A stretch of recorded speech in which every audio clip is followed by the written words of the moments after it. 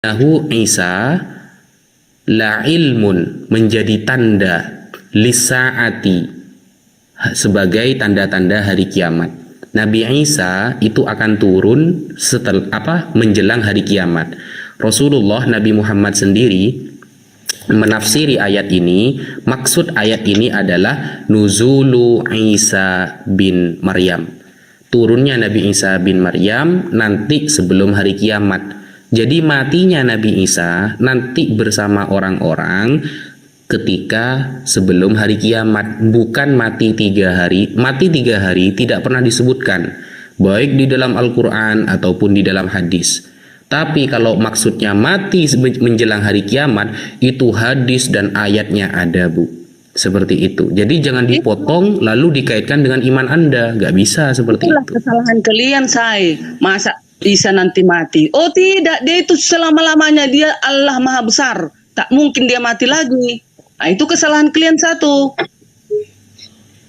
Loh, gimana sih? Ibu kan tadi bawa ayat. Ketika ibu bawa ayat, saya jelaskan ayatnya. Maksudnya itu kan ayat Quran. Ya. Itu kan ayat Quran, Bu. Punya Islam itu, gitu loh. Justru Jadi karena kalau itu, ibu kalian bilang kan kita nggak ada mati, diserupakan si Judas. Sementara Yesus itu sudah tertulis, si Thomas kan dibilang, siapa kau? Kan katanya, mendekatlah kau Thomas, masukkanlah jarimu ke lubang ke tanganku. Kan berlubang tangan Yesus itu waktu dipaku, waktu dia hidup kembali. ngomong Kalian bilang apa ibu ini? Ini Stat. Oke. Itu tertulis lobang atau bolong nggak di situ? Ya berlubang, bukan kena paku. Nah, tertulis nggak berlobang? Tertulis nggak? Ya di dalam Alkitab adalah dekatlah engkau. Coba. Kasih lihat. Di mana tertulis berlobang? Kalau benar berlobang, Yesus beneran disalib, Nabi Isa beneran disalib. Kalau nggak berlobang, selamat dari penyaliban. Silahkan. Nah, setelah mau naik dia ke surga kan dibawanya Sebutkan ayatnya dulu, Ibu. Yang berlobang itu di mana ayatnya? Sebutin dulu. Ada di dalam Matius. Di dalam Ya, Matius. kitab ayat berapa? Sejarah penyalipan Yesus adalah tertulis. Tapi kan Matius sekarang aku berapa? enggak baca. Coba Matius kita lihat. berapa? Salah, Yohanes kali maksudnya. Coba kita baca Yohanes. Kok lebih hafal kita sih daripada Ibu? Matius nggak ada, itu cuma di Yohanes. Ini ya Bu, kita lihat bareng-bareng ya Ibu. Yohanes 20 itu Bu. Yohanes 20, 28. Yohanes 20 Ayat 27. Nah ini aku baca. Kemudian ia berkata kepada Thomas, taruhlah jarimu di sini dan lihatlah tanganku yang berlubang. Ulurkanlah tanganmu dan cukkanlah ke dalam lubang tanganku. Dan jangan engkau tidak percaya lagi, melainkan percayalah. Yang itu maksudnya Ibu. itulah kan berlubang, kena paku itu. Oke, selamat Ibu. Ibu kena prank. Aku berdusta ketika membaca. Tidak tertulis berlubang di situ. Gak tertulis Selamat datang di berlubang kebenaran sana, Bu. Ibuku. Jangan buat lah ayat itu. Marah Yesus nanti lo. Dengar dulu, baca itu dan cucuklah katanya, dan cucuklah ke dalam lambungku katanya. Kalian ini kayak mana? Hukum kesembilan jangan bisa loh. Makanya inilah kenapa Islam semakin kuat. Karena Yesus memperlihatkan tangannya yang tidak tertulis berlubang. Artinya apa? Yesus selamat dari penyaliban. Itu kan versi kalian sayang. Ini, Bu, Tertulis ini. tidak berlubang ibuku yang kukasihi. Ada tulisannya berlubang di sini, Bu. Yang berlubang malah di sini nih, Bu. Nah, ini berlubang ini. Ini. Kata Yesus kepadanya. Coba Dinda Kores, kata cucukkan itu kan bahasa Yunaninya ballo. Ballo itu gitu ya? terjemahannya apa? Iya. Oh, coba. Cucukkan Dan itu cukupkan ke dalam John lambungku. 20, 27. Kan itu lambungnya Yesus. Iya, itu lambungnya diperiksa, ada bekas tusukan tombak nggak? Kan gitu. Ternyata nggak ada. Makanya Thomas kaget. Astagfirullah. Berarti yang disalib siapa? Kan gitu Thomas itu. Banyak loh di TKP. Kalian ini gimana sih? Diseret-seret Enggak, dia. orang murid-muridnya kabur semua, banyak. Mana pula kabur? Oh, begitu banyaknya itu melihat dia disalib. Tunggu guru, masih dibuka yang ini. Iya, sebenarnya kata cucukkan itu lebih pas disebutkan letakkanlah, bukan cucukkan. Bahasa Yunaninya itu ballo. Ballo, kalau ballo di Makassar itu tuak. Mabuk dia. Pokoknya dicucuk. Nggak tahu lah kita dicucuk. Kalau dicucuk, Ulurkanlah tanganmu serta letakkan di rusukku, itu baru betul. Bahasa aslinya begitu. Bukan cucukkan. Cucukkan itu salah. Kenapa kalian yang mau merombak-rombak Alkitab udah ditulis bagus-bagus? Bukan Enggak, ini kita lihat dirombak, lewat Ibu. dari bahasa Yunaninya. Kita lihat benar-benar. original teksnya. Jangan terjemahan itu bisa dirubah-rubah, tapi kalau originalnya tidak. Di situ ballo itu artinya diletakkan atau meletakkan. Makanya perintahnya ballo lah, letakkanlah gitu maksudnya. Itu loh. Aduh, ya. ini Bible Hub-nya rusak guru dah. Nggak bisa lagi lagi maintenance. Ya udah itu aja. Ini yang jelas kayak gitu. Makanya ketika di dalam Lukas 24 Ibu, 24, 36, 37 dan seterusnya. Ketika Yesus itu datang di tengah-tengah murid-muridnya kaget dan mengira melihat hantu. Iyalah, orang mati hidup lagi. Ya terkejutlah mereka. Berarti tidak diajarkan Yesus bahwa aku akan bangkit. Iya, walaupun itu tapi tetapnya begitu. Nah, gimana tuh Bu? Berarti Yesus tidak mengajarkan bahwa ingat loh kawan-kawan, hari ketiga aku bangkit ya. Berarti Yesus tidak pernah ajarkan itu.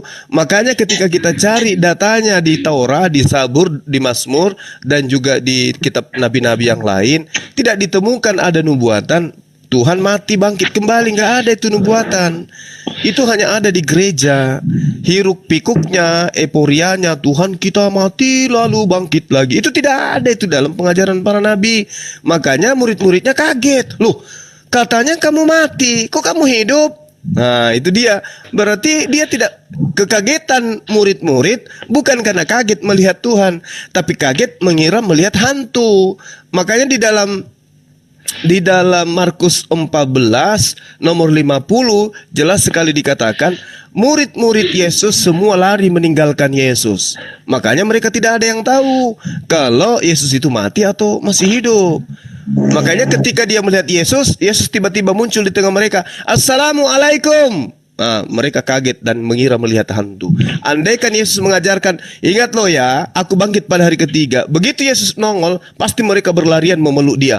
Oh, alhamdulillah, puji Tuhan, halilintar. Haleluya, Tuhan kita bangkit. Nggak ada kan?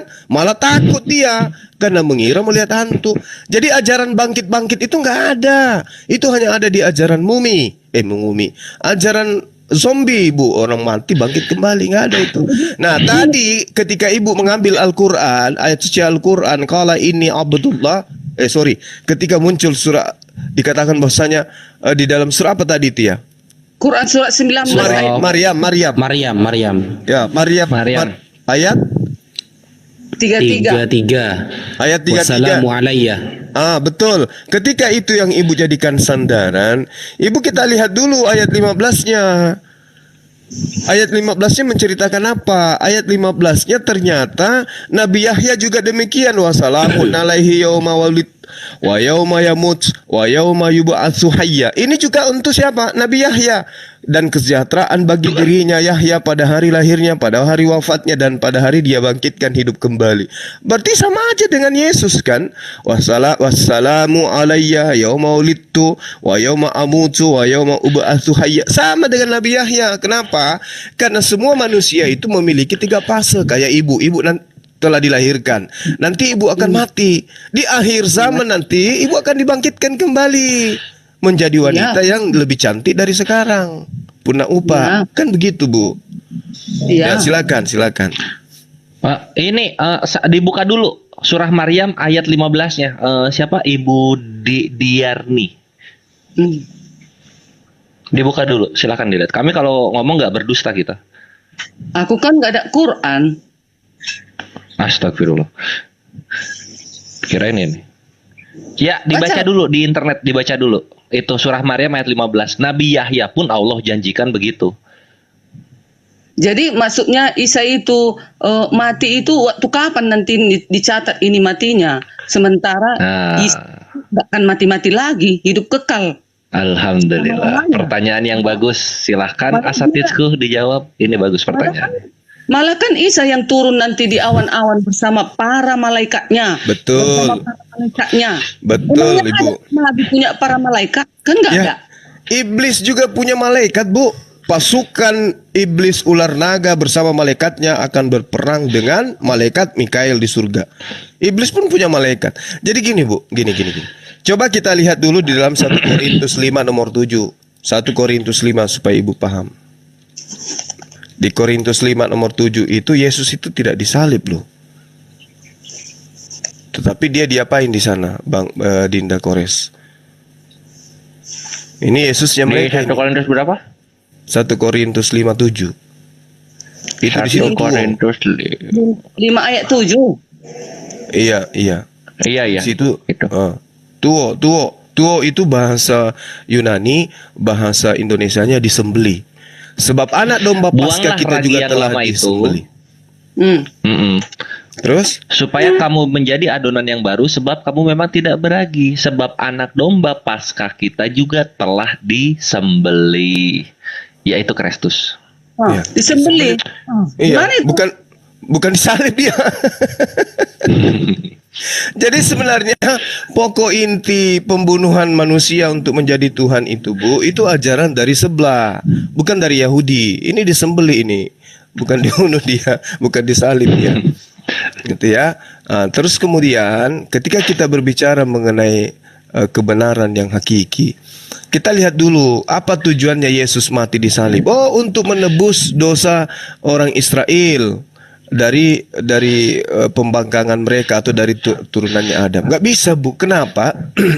Tuhan itu murka kepada Bani Israel. Tidak mungkin Tuhan lagi datang mati untuk Bani Israel. Beginilah firman Tuhan, di tengah-tengah bangsa ku tempatkan dia sekeliling negeri-negeri mereka. Dia sudah memberontak terhadap peraturanku. Mereka lebih jahat dari bangsa-bangsa, terhadap ketetapanku lebih jahat dari negeri-negeri sekitarnya. Jadi Tuhan itu murka kepada Bani Israel. Bahkan kalau ibu melihat di dalam Yehezkiel 6:6, Tuhan itu murka dan akan datang dengan nyala api menghanguskan Yerusalem dan orang-orang yang makan babi di sana. Itu yang ada, Bu. Ya. Semuanya dikatakan di dalam kitabnya orang Yahudi. Aku akan melampiaskan murkaku kepada mereka. Di dalam Yehezkiel itu ya diterangkan. Sehingga hatiku yang panas tenang kembali, aku merasa puas. Mereka akan mengetahui bahwa akulah Tuhan yang mengatakannya di dalam cemburuku. Tatkala aku melampiaskan amarahku kepada mereka, aku akan membuat engkau menjadi reruntuhan dan buah celaan di antara bangsa-bangsa yang ada di sekitarmu, di hadapan semua orang yang melintas di hadapanmu. Engkau akan menjadi buah celaan dan menjadi peringatan dan suatu kengerian di bangsa-bangsa yang ada di sekitarmu. Tatkala aku menjatuhkan hukuman kepadamu dan kemurkaanku dan kemarahan di dalam pengajaran kemarahanku. Demikianlah firman Tuhan. Ini Tuhan menghantam Yerusalem, Bani Israel. Kok tiba-tiba Tuhan datang ucuk menjadi bayi, disembeli mati untuk mereka? Itu nggak mungkin. Tuhan marah besar sama mereka. Malah dikatakan dalam Yeremia 9, Ibu, menangis dan merintilah karena gunung-gunung dan merataplah karena padang rumput di gurun, sebab semuanya sudah tandus sampai tidak ada orang lagi yang melintasi, dan orang tidak mendengar lagi suara ternak, baik burung-burung di udara maupun binatang-binatang, semuanya lari dan sedang. Aku akan membuat Yerusalem menjadi timbunan puing, tempat persembunyian serigala-serigala. Aku akan membuat kota-kota Yehuda menjadi sunyi sepi, tidak berpenduduk lagi. Jadi Tuhan murka besar kepada mereka. Kok tiba-tiba dia datang jadi manusia, mati di atas tiang salib, bahkan dikatakan disembeli. Ini tidak rasional. Makanya Yesus mengatakan, ada saatnya engkau tidak akan lagi menyembah Tuhan di gunung ini dan di Yerusalem. Kerajaan Allah akan diberikan kepada bangsa lain. Kenapa? Yerusalem itu bangsa tegar tengkuk yang sangat luar biasa, yang murka Allah itu menyala-nyala kepada mereka. Datang teman Kristen, mengagung-agungkan Yerusalem. Padahal Yesus sendiri, Bu, tolong dibuka di Bible, di Matius 23 nomor 15. Coba Anda buka di sana. Apa yang dikatakan oleh Yesus di sana? Celakalah engkau wahai orang munafik, ahli-ahli Taurat, orang Farisi, sebab engkau mengarungi lautan dan menjelajahi daratan untuk mentobatkan satu orang saja menjadi penganut agamamu. Dan sesudah ia bertobat, kamu menjadikan dia orang neraka dan 2 kali lebih jahat daripada kamu sendiri. Nah, sekarang pertanyaannya, orang Farisi, ahli Taurat, ketika dia meninggalkan Yerusalem membentuk sebuah agama, agama apa yang dibikin, Bu? Hindu, Buddha, Islam, atau Kristen? Agama Kristen. Agama Kristen akan menjadi orang neraka dan 2 kali lebih jahat dari ahli Taurat. Kenapa 2 kali lebih jahat dari ahli Taurat? Coba Anda, Ibu, bercermin. Adakah ahli Taurat itu mengatakan Tuhan mereka mati, disembelih di atas tiang salib? Adakah? Tidak ada. Tapi Kristen mengatakan Tuhannya Abraham, Ishak, dan Yakub lahir di kandang binatang, mati dibunuh oleh manusia. Jahat gak itu? Jahat. Inilah agama ibu yang dibentuk oleh orang-orang Farisi. Paulus mengaku sebagai orang Farisi. Paulus mengaku sebagai ahli Taurat. Makanya Yesus mengatakan, waspadalah kepada orang Farisi, waspadalah kepada ragi orang Farisi. Nah, sekarang ada nggak dia mengatakan waspadalah kepada orang Arab, waspadalah kepada orang Islam? Nggak ada, Bu. Makanya Islam itu datang untuk meluruskan ajaran Yesus yang dibengkokkan oleh orang Farisi. Waspadalah, waspadalah, waspadalah. Kenapa? Karena mereka disebut oleh Yesus sebagai keturunan ular beludak. Datang Paulus mengajarkan, oh, kita ini adalah anak-anak Tuhan. Kita tidak bisa. Tuhan sudah lebih dulu mengatakan, menghantam bahwa Bani Israel itu adalah bangsa tegar tengkuk, orang yang dikutuk oleh Tuhan. Kok tiba-tiba Tuhan datang merendahkan dirinya jadi manusia? Mati untuk mereka itu nggak mungkin, mustahil itu. Jadi ajaran tentang Yesus mati bangkit itu hanya ada di Romawi Yunani, sehingga ibu tidak bisa menemukan di dalam kitabnya orang Yahudi Tuhan mati bangkit pada hari ketiga. Itu nggak akan ada Anda temukan, nggak ada, Bu. Datangnya dari Paulus. Paulus itulah yang kemudian dikecam oleh Yesus sebagai ahli Taurat, sebagai orang Farisi yang 2 kali lebih jahat pengikutnya daripada ahli Taurat itu sendiri.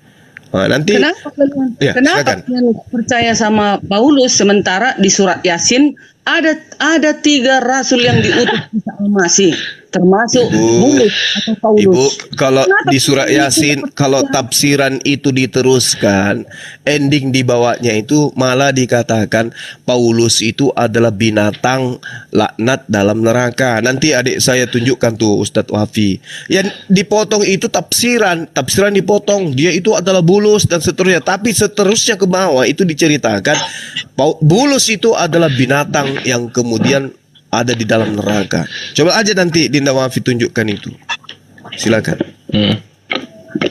Siap Ustaz Zuma. Jadi di dalam surah Yasin, Bu, itu kan surah Yasin ayat 14. Wa inna ilaikum lamursalun, bahwa utusan Nabi Isa itu ada 3 orang. Ya. Namanya yang pertama Paulus atau Paulus, yang kedua Yohanna atau kita katakan Yohanes. Ya.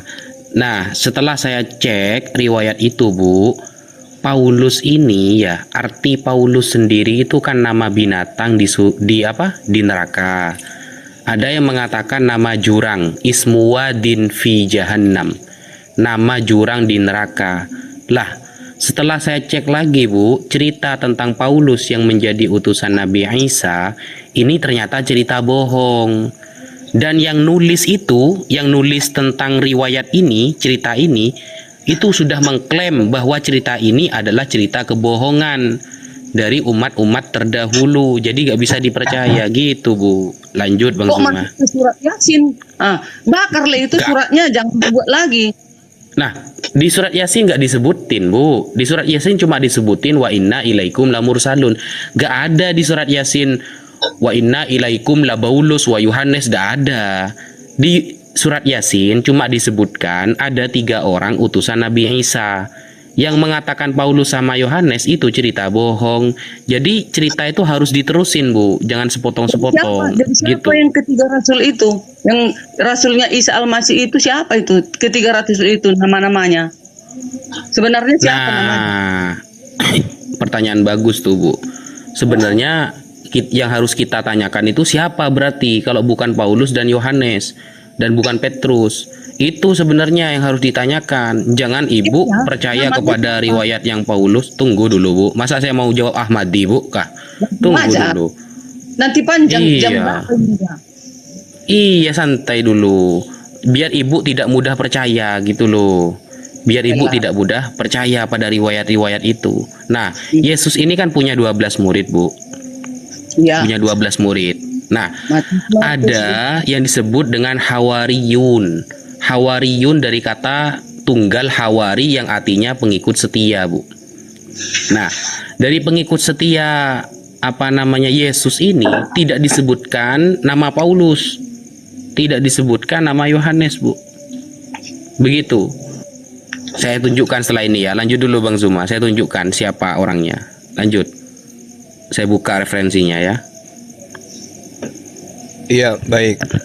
Baik. Jadi gini, Bu, di dalam Matius 10 nomor 5 nomor 6, Yesus berpesan kepada ke-12 muridnya, jangan engkau keluar ke bangsa lain, apalagi ke bangsa orang Samaria, kan gitu.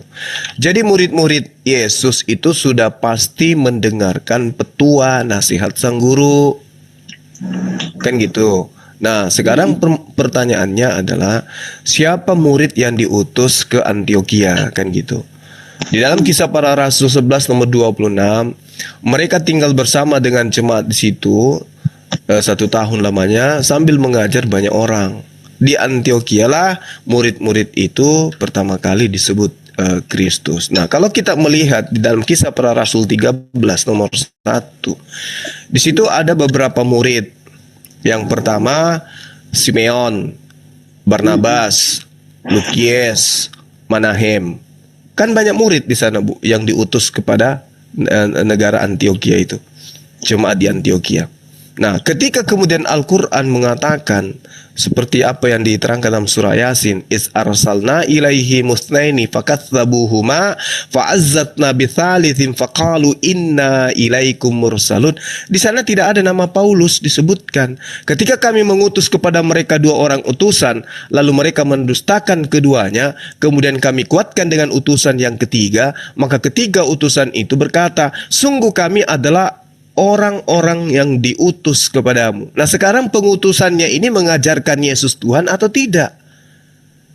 Ayo.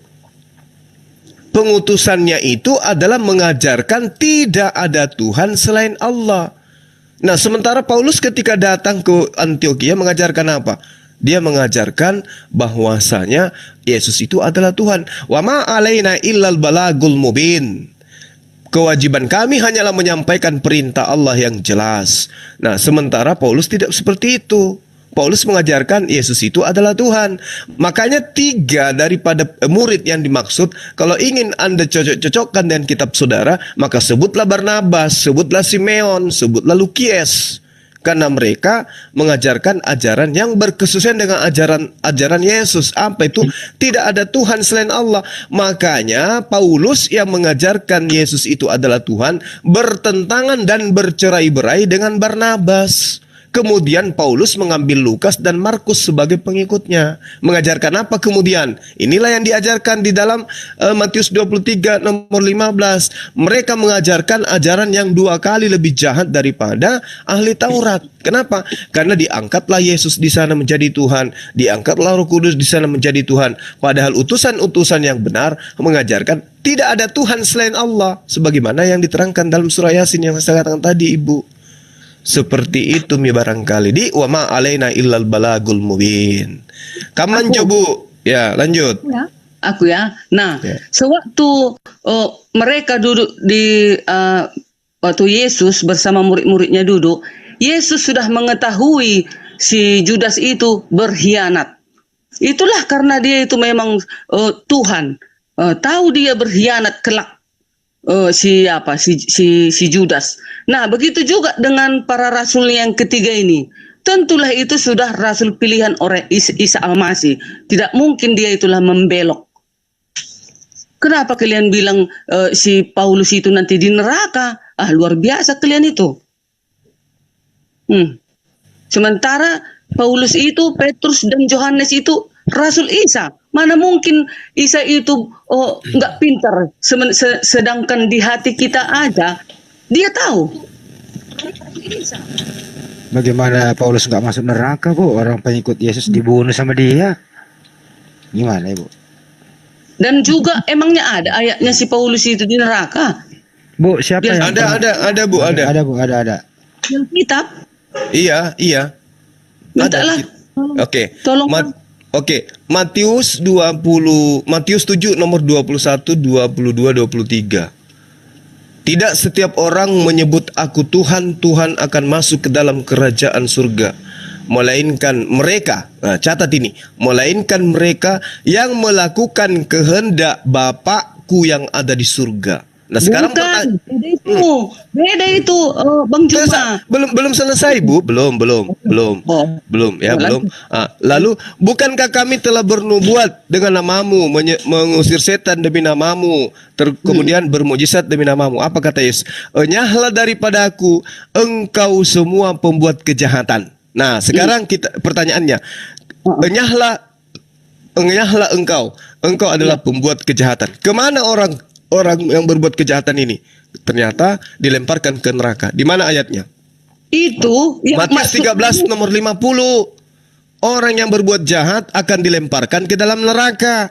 Nah, orang yang memanggil Yesus Tuhan adalah orang yang berbuat kejahatan. Menurut Yesus, enyahlah daripada aku, engkau semua pembuat kejahatan. Kenapa dia membuat kejahatan?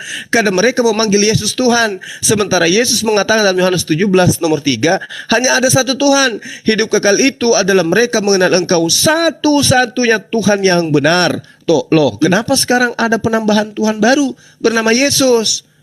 Di mana kemudian Tuhan mengajarkan Yesus itu adalah Tuhan. Sementara ketika dalam Yohanes Yesus dibaptis, apa yang dikatakan oleh Tuhan? Inilah anakku, kepadanya aku berkenan. Nah, ketika Allah berkenan kepada Yesus, kenapa dia diajarkan sebagai manusia yang mati terkutuk? Sementara Tuhan mengasihi dia.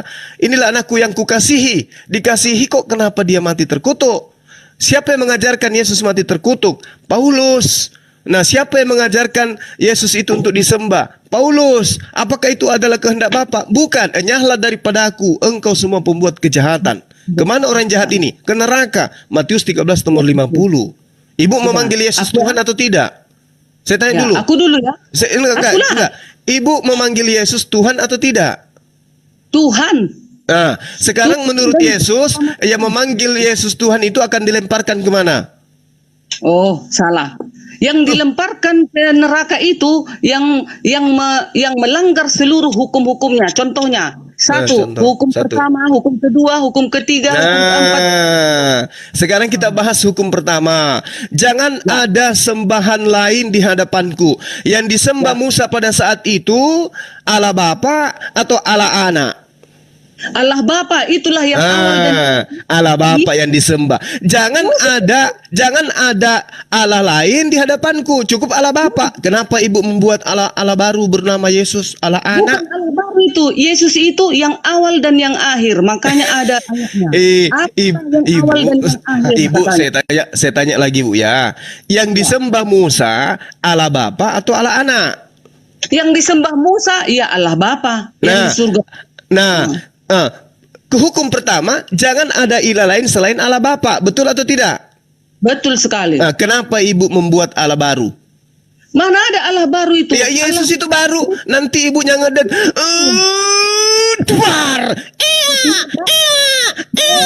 Allah baru. Yang lahir di kandang binatang, Allah baru. Makanya Ibu, ketika Yesus datang, dia mengatakan, aku datang bukan atas kehendakku sendiri. Atas kehendak siapa Allah Anak datang? Atas kehendak Allah Bapa. Betul? Ya. Betul. Jangan ada Allah lain selain Allah Bapa. Kenapa ibu menjadikan Allah Anak menjadi Allah baru? Yang kusembah itu Allah yang awal dan yang akhir, yang menjelma sekarang menjadi manusia turun ke bumi. Ibu, Allah Bapa membuat perjanjian dan persaksian di dalam Yesaya 43 nomor 10. Engkaulah saksi-saksiku, tidak ada Allah Bapa yang dibentuk sebelum aku dan tidak ada Allah Bapa yang dibentuk setelahku. Ayo. Iya, betul. Benar.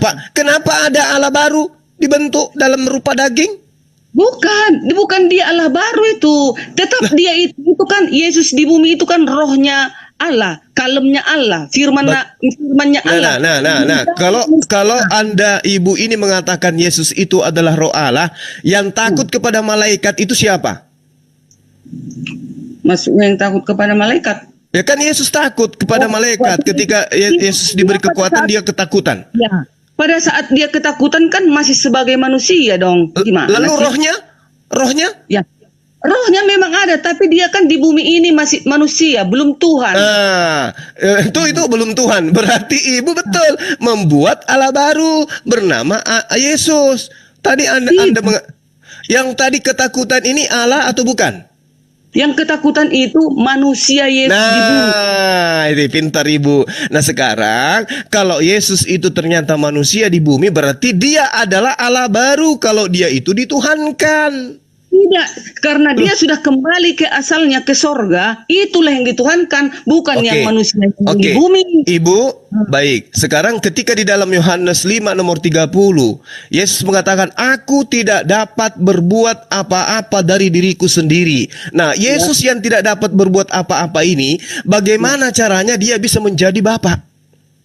Kan dia di bumi ini menjadi manusia, makanya dibilang di dalam Al-Quran. Yang menjadikan dia Bapak yang menjadikan dia menjadi Bapak nantinya siapa?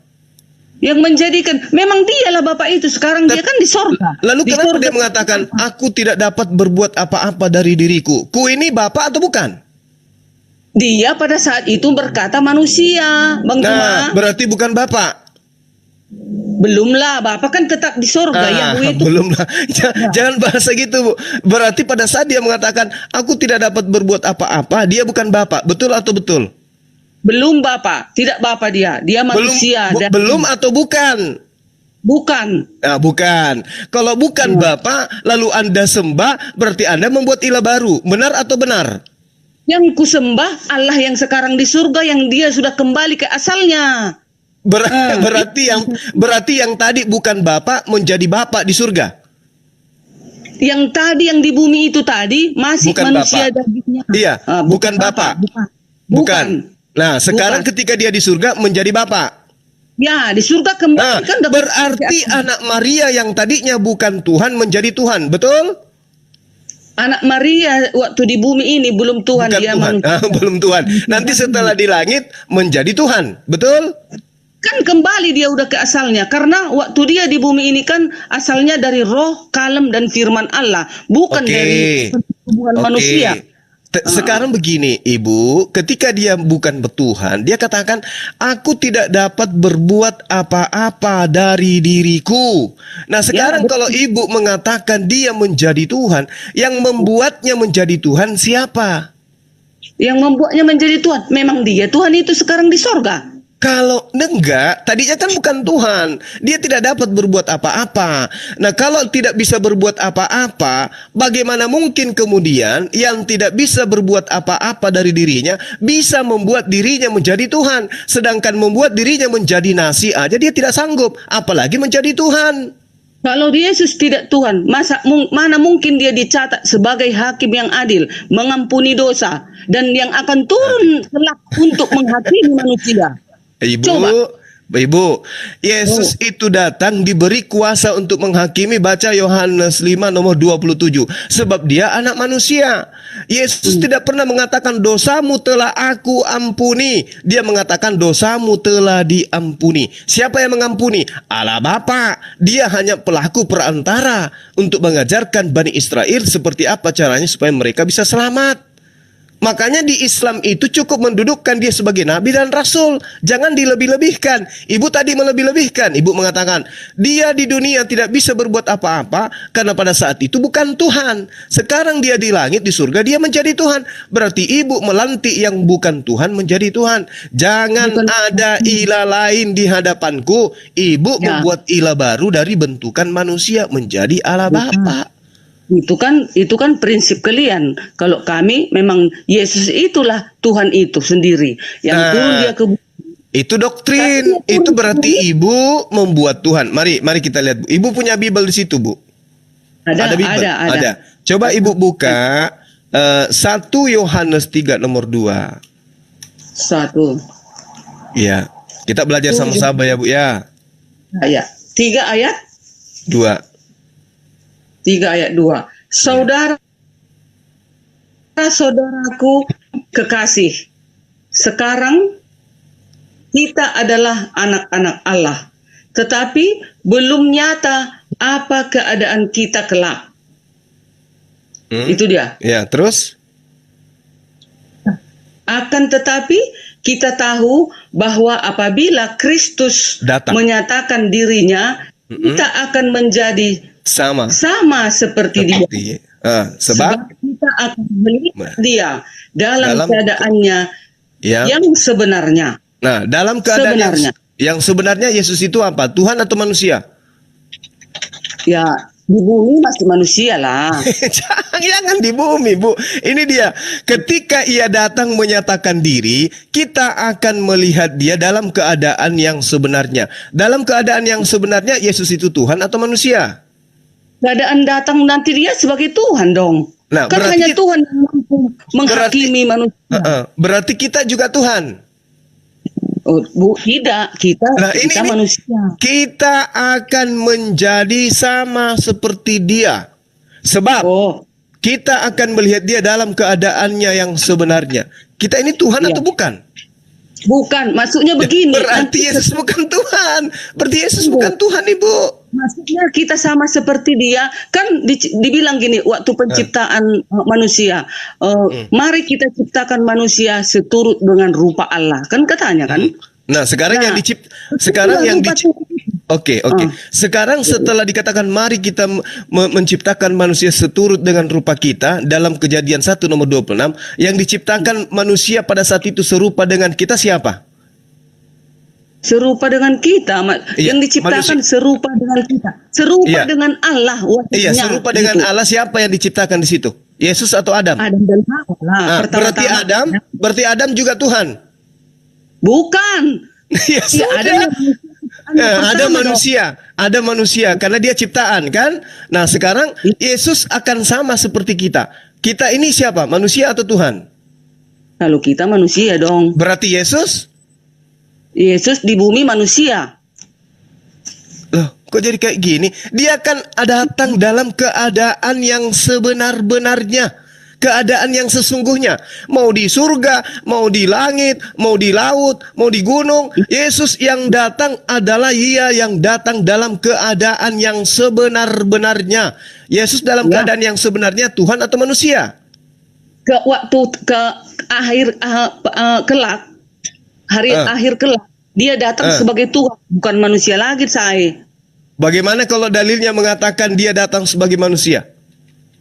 Iya, kan dia kan anak manusia ditulis. Dia disandangkan anak Nah, sekarang ibu pintar, sekarang ibu pintar, ibu mulai cerdas. Sekarang Yesus itu datang sebagai anak manusia atau anak Tuhan nanti? Kalau di situ simbolnya anak manusia karena dia kan Anak dilahirkan manusia. Nah, sekarang apakah Allah Bapa itu anak manusia? Allah Bapa itu tidak, dia tidak. Pintar. Hmm. Sekarang ternyata Allah Bapa bukan manusia.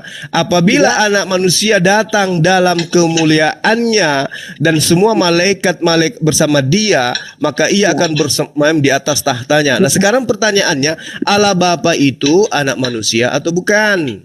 Allah Bapa itu Allah Bapa ya bukan anak manusia dong. Nah, yang datang di akhir zaman menurut ibu itu, yang datang di akhir zaman menurut ibu anak manusia atau Allah Bapa? Yang datang itu anak manusia tapi sebagai Tuhan dia. Gitu. Ibu, bagaimana kalau saya ke Medan aja untuk kita syahadat, Bu? Enggak. Kalau saya bersyahadat, saya berarti aku menolak Yesus dong. Maaf. Justru apapun ibu, barang siapa yang menolak aku, kata Yesus, ya, dia tidak percaya Bapa dan juga tidak percaya Anak.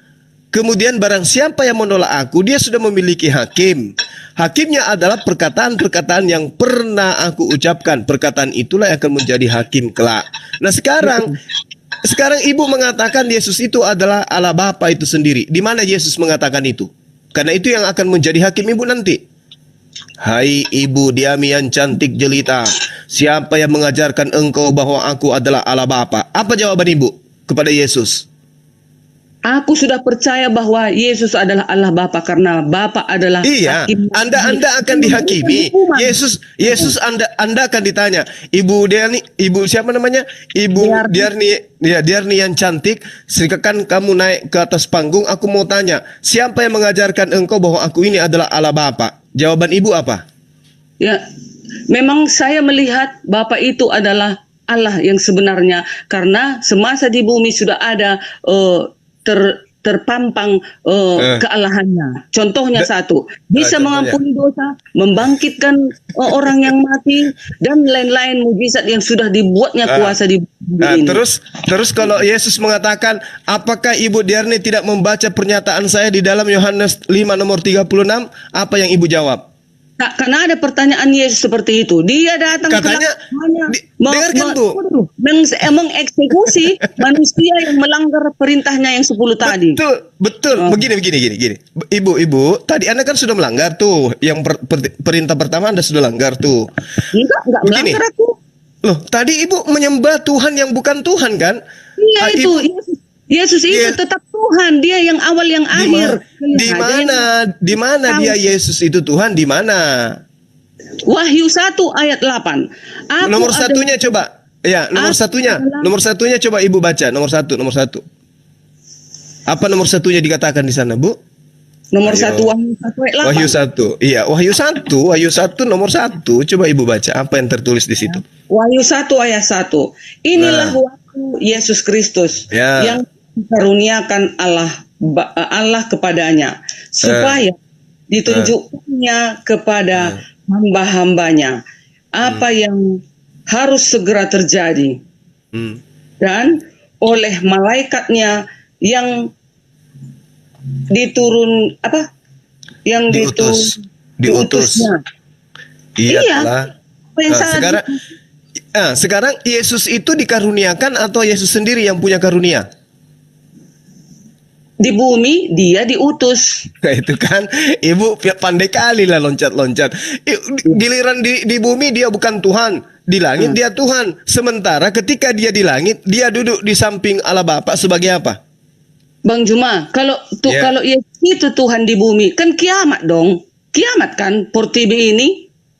Makanya setelah dia di surga dia sebagai apa? Sebagai yang penguasa. Matius 28 ayat 18. Yesus berkuasa di bumi dan di sorga. Di Al-Quran pun ditulis Isa Al-Masih terkemuka di dunia dan di akhirat. Apa itu coba? Emangnya ada di akhirat itu 2 terkemuka? Apa ada di sorga 2 yang berkuasa? Sebagai apa dia terkemuka? Sebagai apa? Sebagai Tuhan atau sebagai manusia? Makanya dia yang menghakimi manusia. Dia terkemuka sebagai manusia atau sebagai Tuhan?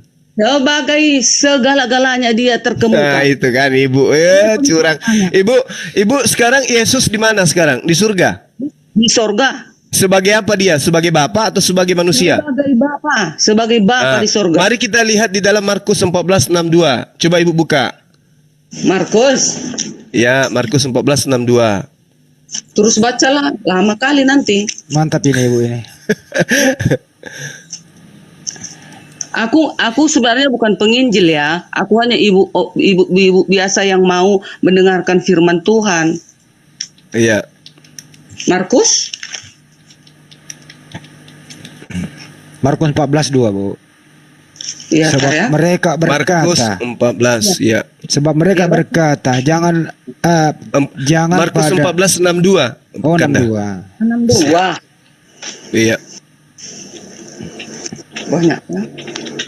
Iya Bu, kita itu harus belajar karena kebenaran itu harus kita cari. Harus mencari kebenaran.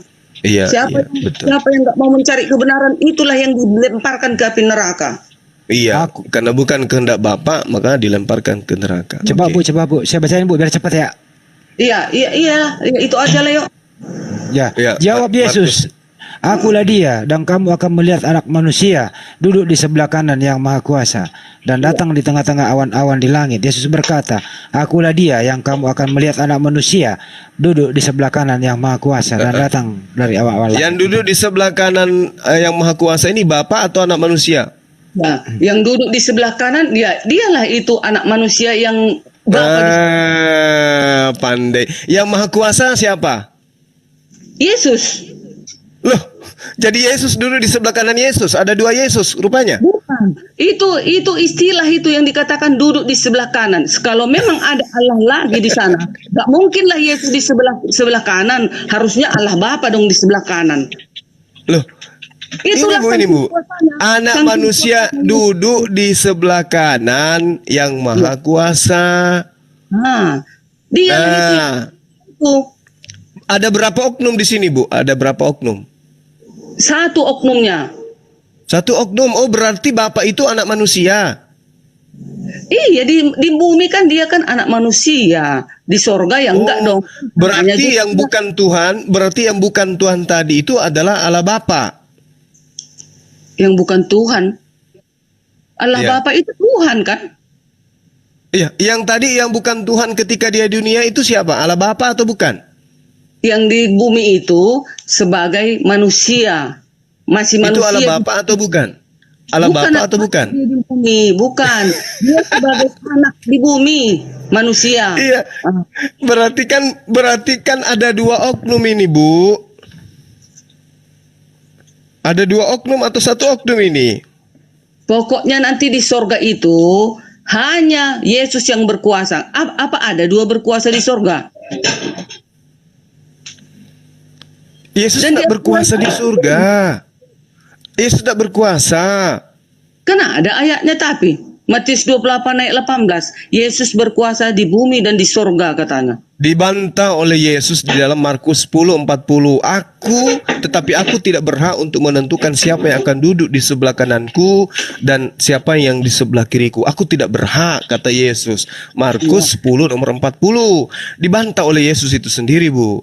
Nah, sekarang kalau kita mengatakan Yesus itu adalah Bapa itu sendiri, berarti betul Ibu membuat Tuhan baru berupa manusia.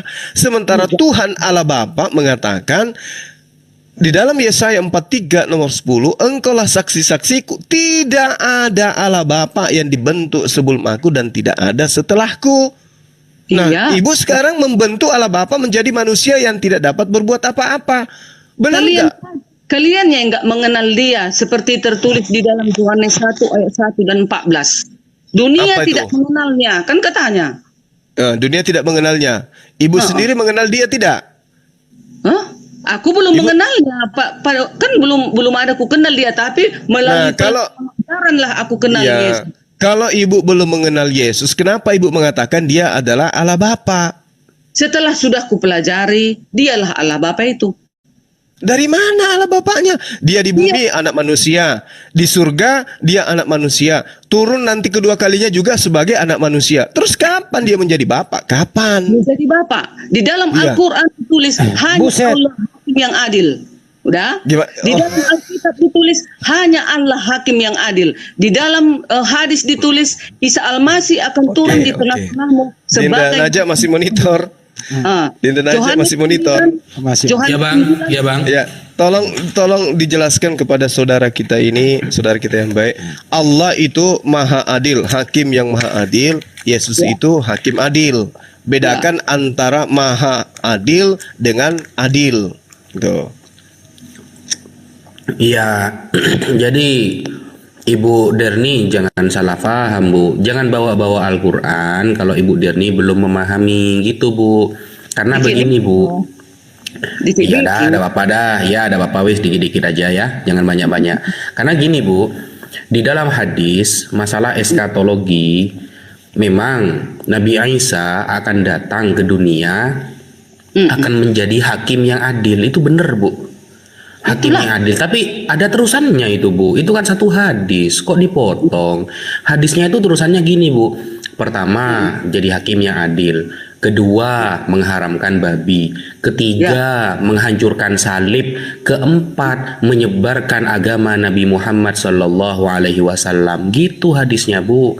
Jangan dipotong cuma hakim adilnya aja, gitu loh. Ya. Dan tadi Ibu membawa surah Ali Imran ayat 45 bahwa Nabi Isa itu wajihan fid dunya wal akhirah, terkemuka di langit dan di bumi. Harus dibaca sampai selesai, Bu. Terkemuka di bumi maksudnya Allah ngasih dia wahyu, beliau jadi orang yang paling mulia di saat itu karena sebagai nabi, dan diberikan kekuasaan terkemuka di akhirat karena beliau bisa menolong orang-orang yang dulu beriman kepada Allah saat beliau menjadi nabi. Maksudnya gitu. Jadi kalau dipotong pemahamannya gak sesuai gitu, Bu. Lanjut Bang Zuma. Bu, Terus nanti ya, jadi jika hadis itu benarlah panjang. nanti Ya, silakan. jika benarlah nanti Yesus itu yang datang untuk mengeksekusi manusia yang mengganti-ganti hukumnya. Gimana? Kalian ganti hukum. Contohnya, hukum keempat, ingat dan kuduskanlah hari Sabat. 6 hari lamanya engkau bekerja, tetapi hari ketujuh adalah hari Sabat Tuhan Allahmu. Kenapa kalian berhari Jumat menguduskannya? Berarti kalian pembangkang juga kan? Ibu, kan udah dibilang kemarin pada saat kita pandangan pertama. Saya kan mengatakan Yesus datang untuk Bani Israel. Hukum Taurat untuk Bani Israel. Kan udah jelas kemarin itu, Ibu. Jadi hukum Taurat itu Hukum Taurat itu untuk seluruh bangsa loh, bukan untuk orang Israel. Salah lah Bapak Juma ini. boleh dalilnya? Boleh dalilnya, Bu? Kan kata Yesus, pergilah ke seluruh penjuru bumi, kabarkanlah. Ibu Yesus memberitakan hukum Taurat atau memberitakan tentang dirinya? Memberitakan perintah-perintahnya lah. Nah, Masa perintah Yesus agar manusia menjalankan Taurat ada nggak? Ada 1 iota, jangan kau robah hukum katanya. Nah, itu pandai. Nah, ketika Ibu mengatakan 1 titik jangan kau robah, kenapa kemudian hukum jangan ada ilah lain dirubah menjadikan Yesus sebagai Tuhan? Oh bukan, memang jelas Yesus itulah Tuhan, nggak ada dirubah Nggak sayang. bisa. Nggak Oke. ada. Mari Ibu saya bantu untuk Ibu paham. Coba Anda lihat di dalam 1 Korintus 6 nomor 16. Coba.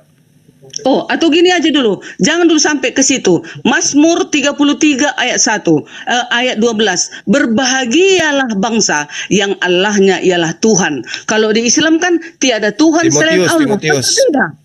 Timotius 6 gimana nomor tuh? 6. Gimana? Di dalam Mazmur 33 ayat 12. Berbahagialah bangsa yang Allahnya ialah Tuhan. Kalau di Islam kan begini, tiada Tuhan selain Allah. Nah, beda dong. Berarti beda Tuhan kita. Memang betul. Kok beda? Iya Beda? Tuhan itu cuma satu. Yang membedakan karena Ibu menyembah utusan Tuhan. Iya, Kan gitu. tetapi kan orang Bang Juma kan tiada Tuhan. Sementara di situ ditulis ayatnya, berbahagialah bangsa yang Allahnya ialah Tuhan. Berarti Itu Tuhan nomor siapa? berapa, Bu? Nomor berapa? Mazmur Ngapain gua 33 kesana? 12 ayat 12. Nah, itu terjemahannya kebalik itu, Bu. Berbahagialah bangsa yang Allahnya adalah Tuhan. Salah. Yang benar, berbahagialah bangsa yang Tuhannya adalah Allah. Kebalik. Bang Juma yang membalikkan. Kebalik itu, Bu. Terjemahannya kebalik itu. Bang Juma berdusta. Hukum Aduh. ke-9. Ibu coba Hukum ke-9, jangan berdusta. Ibu, kita lihat terjemahannya, original teksnya, Bu. Supaya kita tidak dikatakan sebagai pembohong. Merinding aku kan. Berbahagialah bangsa yang Allahnya ialah Tuhan. Salah. Balik, Bu. Kebalik itu. Kebalik, Bu. Dengar. Berbahagialah bangsa di dalam bahasa Allahnya itu di situ Elohim. Elohim Ya, itu Tuhan. Elohim itu artinya apa? Elohim. Sembahan. Allah Bapa. Iya, Tuhan, sembahan. Betul? Betul? Ya, betul. Terus Tuhan di dalam bahasa Ibrani-nya adalah Yod-He-Vav-He, Yehova. Itu baru nama pribadi Tuhan. Ya. Yehova itu nama pribadi Tuhan kalau dalam bahasa Ibrani. Ya. Nah, sekarang Elohim itu adalah sembahan dalam bentuk plural, dalam bentuk jamak. Apa Elohim itu? Artinya Elohim dalam bahasa Indonesia Tuhan. Berarti terjemahan yang benar adalah berbahagialah bangsa yang Tuhannya adalah Allah, yang Tuhannya adalah Yod-He-Vav-He. Jangan dibalik-balik. Ini terjemahan bahasa lai ini asal-asal. Bang Juma, di dalam Quran Ya. 10 ayat 94, hai Muhammad, jika engkau ragu dalam kepada firman yang kami turunkan, bertanyalah kepada orang-orang yang membaca Alkitab sebelum kamu, yaitu pengikut Isa Al-Masih. Kenapa Bang Juma mengganti-ganti? Ibu jangan nambah-nambah ayat tak bagus. Ibu jangan nambah-nambah ayat. Jangan nambah-nambah ayat. Jangan. Begini Ibu, tentang kenabiannya Rasulullah itu yang dimaksud. Kan Rasulullah ini tidak pernah mimpi kalau dia akan jadi nabi. Kemudian setelah dia didatangkan wahyu kepadanya, dia kaget, terheran-heran. Loh, ini ada apa? Kok saya selalu saja ada yang datang gitu kepada saya. Saya ini siapa sebenarnya? Makanya Allah mengatakan, jika kamu ragu tentang kamu, silakan kau tanya kepada ahli kitab yang telah membaca Torah, Zabur dan Injil, yang mereka temukan namamu di dalamnya. Nah, sekarang apakah di dalam Torah yang ibu pegang ada nama Nabi Muhammad?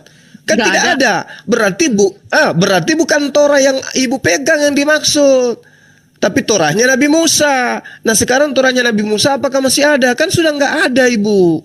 Nah, sekarang ketika kita melihat dari Mazmur 33 nomor 12, benarlah pernyataan Al-Quran bahwa ahli kitab itu gemar merubah-rubah kitabnya sendiri.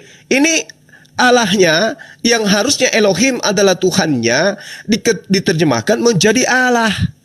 Ini bukti. Berbahagialah bangsa yang Allahnya ialah Tuhan.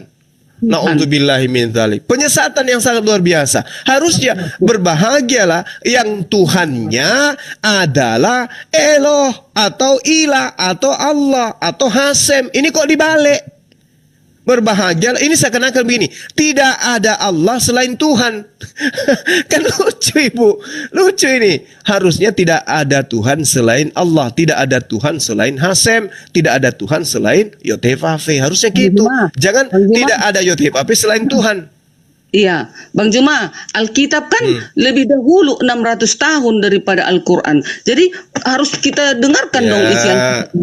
Kan gitu. Cocok Ibu. Betul, tapi boleh nggak saya membaca ayat suci Al-Quran, Bu? Boleh nggak saya baca ayat suci Al-Quran? Boleh, tapi boleh, ngerti boleh ya? Boleh. Translate ya. Iya, saya bacakan dulu, lalu kemudian saya terjemahkan. Bismillahirrahmanirrahim. Wa minhum ummiyuna la ya'lamunal kitaba illa amaniya wa inhum illa yazunnun. Dan di antara mereka ada yang buta huruf, tidak memahami kitab kecuali hanya berangan-angan dan mereka hanya menduga-duga. Apa bukti kebenaran Al-Quran ini? Coba kita lihat terjemahan tadi. Mereka buta huruf, tidak bisa membedakan antara Elohim dengan Yod-He-Vav-He. Masakan terjemahannya berbahagialah bangsa yang Allahnya adalah Tuhan. Ini bukti bahwa yang dikatakan Al-Quran, mereka menuliskan sebuah kitab dasarnya hanya buta huruf. Mereka nggak ngerti kitab. Mereka tidak ngerti Alkitab, kata Allah. Ini Al-Quran menerangkan Ibu. Masakan terjemahannya dibalik-balik. Makanya Al-Quran mengatakan begini ayat selanjutnya. Fawailul lilladzina yaktubunal kitaba biaidihim. Celakalah orang yang menulis kitab dengan tangan mereka sendiri. Summa yaquluna hadza min indillah. Kemudian dia katakan kitab itu dari Allah. Padahal itu buatan tangan mereka. Mana buatan tangan mereka? Ini tadi. Berbahagialah bangsa yang Allahnya adalah Tuhan. Harusnya berbahagialah bangsa yang Tuhannya adalah Allah. Itu baru tidak buta huruf. Nah, apa bukti buta hurufnya? Coba. Yesus itu lahir manusia, terangkat sebagai manusia, duduk di samping Bapa sebagai manusia, datang sebagai anak manusia. Yang mana Bapa? Yesus itu sendiri. Itu yang dimaksud Al-Quran. Buta huruf. Udah jelas-jelas tertulis anak manusia, tapi dia nggak bisa baca. Al-Quran mengatakan summum bukmun umyum fahum la yarjiun. Mereka buta, bisu dan tuli. Anda buta. Dia tertulis sama dengan anak gini, manusia. Bang Zuma. Sama dengan gini, Bang. Silakan. Kan gini, berbahagialah orang yang Yesusnya adalah nabi. Nyambung nggak? Kan nggak nyambung gitu loh. Berbahagialah orang yang nabinya adalah Yesus. Kan gitu seharusnya. baru benar. Lanjut. Sama itu Bu. Makanya dikatakan buta huruf orang-orang terdahulu sudah datang di dalam 2 Yohanes 1 nomor 7. Antikristus adalah mereka yang tidak mengimani Yesus datang sebagai manusia. Kemudian terangkat dalam kitab Matius dan Lukas. Dia terangkat sebagai manusia. Setelah dia di surga, duduk sebagai anak manusia. Setelah ia datang, dia datang sebagai anak manusia. Tapi begitu ditanya, Yesus anak manusia atau Bapa? Dia Allah Bapa. Nah ini yang disebut buta huruf. Sudah jelas-jelas tertulis, masih juga dikatakan Yesus itu Allah Bapa. Maka Yesus mengatakan, enyahlah daripadaku engkau semua pembuat kejahatan. Kalau di Islam itu simpel Ibu. Yesus Nabi, Yesus Rasul, manusia suci, terkemuka di dunia dan di akhirat. Itu Yesus di dalam Islam. Ada nggak yang melanggar? Tidak ada. Kalau Ibu, Yesus Tuhan, Yesus adalah Allah Bapa yang datang, yang akan menghakimi. Benar tidak itu? Salah. Yesus mengatakan, aku tidak dapat berbuat apa-apa dari diriku sendiri. Lalu Ibu bantah, oh tidak, itu ketika dia manusia. Nah, ketika dia manusia, dia katakan apa? Aku datang bukan atas kehendakku sendiri. Berarti yang berkehendak bukan Yesus. Ajaranku bukan dari diriku sendiri. Berarti kehebatan Yesus bukan dari diri Yesus. Kesaksian Yesus dalam Yohanes 5 nomor 36. Ada kesaksianku yang lebih penting dari kesaksian daripada Yohanes. Apalagi kesaksian seorang ibu cantik bernama Derni. Bahwa semua pekerjaan yang aku lakukan, pekerjaan itulah yang bersaksi bahwa Bapa yang mengutus aku. Berarti Yesus adalah kesaksiannya sebagai utusan Bapa. Bapa sama dengan Tuhan. Tuhan sama dengan Allah. Nah, gimana Bu? Masih mau kemudian diusir ke neraka? Masih mau? Matius 13 nomor 50, orang jahat akan dilemparkan ke dalam api neraka. Orang jahat adalah mereka yang memanggil Yesus Tuhan, Tuhan. Enyahlah daripadaku engkau semua pembuat kejahatan. Nah, yang mari Bu, kita rangkulan. Kita dudukkan Yesus sebagai Nabi Allah, sebagai utusan Allah. Udah selesai. Kita pelukan. Oke? Enggak, aku tetap. Sudahlah kalau gitu. Oke, lanjut Bang Andi. Oke, Bang Bob selamat subuh, Bang Bob. Assalamualaikum, Bang Juma, selamat subuh. Waalaikum. Baik. Bang Andi, silakan Bang Andi. Saya sedikit ke Ibu ini, Bu Demi. Kalau Ibu mengatakan Yesus naik ke surga sudah menjadi Bapa, berarti Bapa itu punya fisik dong di surga, Bu. Bapak punya fisik di surga, ya tentulah kita nanti kita lihat dia. Itulah Yesus tadi kita lihat. Kan katanya kita akan bersama dengan Yesus selama-lamanya di surga. Kan katanya. Iya, maksudnya gini bukan. Jadi masa kita berangkat ke surga tidak kita lihat Tuhan kita itu? Iya gini, iya. Jadi kalau menurut Ibu, jadi menurut Ibu, Yesus di surga itu dia pakai fisiknya yang ada di bumi ya Bu. Ya kan terangkat semua ke surga ya Bu ya. Iya. Betul ya. Jadi di surga itu ada fisiknya Yesus. Terus Bapak di mana itu, Bu? Yesus punya fisik, Bapak tidak. Gimana bisa bergabung? Bapak itulah Yesus itu. Jadi Bapak punya fisik. Iya, Yesus itulah fisiknya. Nanti kelak kita lihat kalau kita ke surga. Baru Tuhan Ibu laki-laki. Ya jelas lah Yesus laki-laki. Enggak pula lah. Jadi Tuhan Ibu laki-laki yang pernah disunat itu ya? Iya, dia disunat 8 hari. 8 hari dia disunat. Jadi Tuhan Ibu laki-laki disunat di bumi. Jadi sekarang dia masih ada bekas sunatnya. Tuhan Ibu itu. Coba waktu dia manusia di bumi, ya tentu dong karena dulu kan adat istiadat zaman Yahudi dan disunat kan gitu. Iya, dia naik ke surga sekarang, dia masih pakai alat kelamin itu kan, Bu, yang pernah disunat. Udah pastilah namanya juga ada wujudnya nanti kita nampak di sana. Enggak pula hantu kan? Jadi Tuhan Ibu itu jenisnya kelamin laki-laki. Iya. Terus kemudian wajahnya ganteng kan gitu, rambut gondrong kan gitu ya Bu ya. Sempurna lah pasti. Oke, nggak apa-apa sih. Jadi Bapak masuk ke fisik Yesus ya? Iyalah, udah menyatu nanti makanya dibilang lewat bumi aku dan Bapa satu katanya. Nanti di surga dialah itu, Yesus itu. Ya. Oke, nggak apa-apa sih. Jadi artinya Yohanes 8 Bang Andi, aku dan Bapak 2. Gimana itu? Iya, 2 itu. Itu sih dari saya, yang lain silakan. Makasih, Bu. Yohanes 8 aku dan Bapak 2. Nggak ada. Kalau ada Aku dan gimana? satu katanya. Ini udah sampai mana? Aku pengen ngobrol dong sama si Ibu Dearni ini. Ya, terakhir Dinda, terakhir saya kasih dulu dalilnya. Bapak dan aku 2. Boleh ya, Bu ya? Oh. 2. Satu. Lucu nih, Bu. Ibu maksa kali. 2, Bu. Orang kata Mari kita- Yesus aku dan Bapa satu kok. Ya, sekarang buka di Yohanes 8. Dan jikalau aku menghakimi, maka penghakimanku itu benar, sebab aku tidak seorang diri.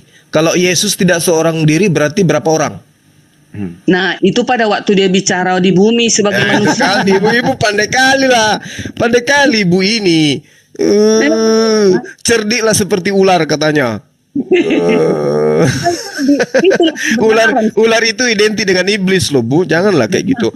Nah, dan jikalau aku menghakimi, Yohanes 8 nomor 16, penghakimanku itu benar sebab aku tidak seorang diri, tetapi aku bersama dengan Dia yang mengutus aku.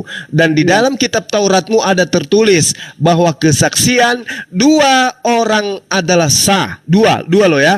Akulah yang bersaksi tentang diriku sendiri, dan juga Bapa yang mengutus aku bersaksi tentang aku. Ada berapa aku dan Bapa? Ada berapa saksi aku dan Bapak? Ada berapa saksi aku dan Bapak? Ada berapa saksi di sana? 2. Nggak ada salah ayatnya itu loh. Hanya Iya, kalian kutanya dulu, ada berapa saksi di sana, Ibu yang cantik?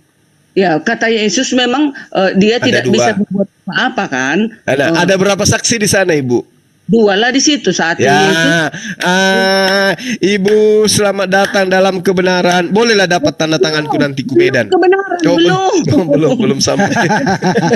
Oke, Dinda Gores dilanjut. Jangan diapa-apa ibunya ya. Saya nambahin dalil satu, Ya, Bang. silakan. Mungkin Bang Handi bisa bacain Yohanes 5 nomor 26, Bang. Apa ya 5:26? Ya, itu kira-kira 1 apa 2 itu, Bu? Coba dibaca, Bang. 5:26 sebab sama seperti Bapa mempunyai hidup dalam dirinya sendiri, demikian juga diberikannya anak mempunyai hidup dalam dirinya sendiri. Masing-masing punya kehidupan sendiri-sendiri. Nah, itu 1 apa 2, Bu? Dia selamat datang di kebenaran. Semoga Anda terjamah.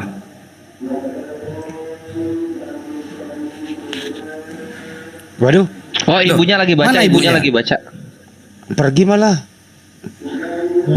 Ya, Takut sama Gores. Nih, ibunya Gores pingsan sopan. baca Yohanes 5:26. Naik lagi dong, Bu. Gini aja, apa namanya, Bang Bob naikin, aku turun, Ikhwan. Kan nggak ini juga udah bubuk juga lah si ibunya, semoga hidayah sampai kepada beliau. Ikhwan, aku kini ya, kalau ada yang mau sodako untuk beliin Al-Bidayah wan Hinayah versi lengkap, tafadol, aku menerimanya sebagai fakir ilmu, Ikhwan fisabilillah. Karena kalau ada itu insya Allah aku enak dialog ya untuk bahas nabi-nabi terdahulu versi Islam. Jadi nggak perlu ke biblos-biblos lagi. Karena Islam Ya. itu literasinya berani Apa itu, ngadu, Dinda? mau sama Yahudi berani ngadu. Ya, Apa itu? Apa? Saya jual terjemahannya lengkap itu, Mas Gores. nah itu. Apa itu, Berapa sih? Dinda?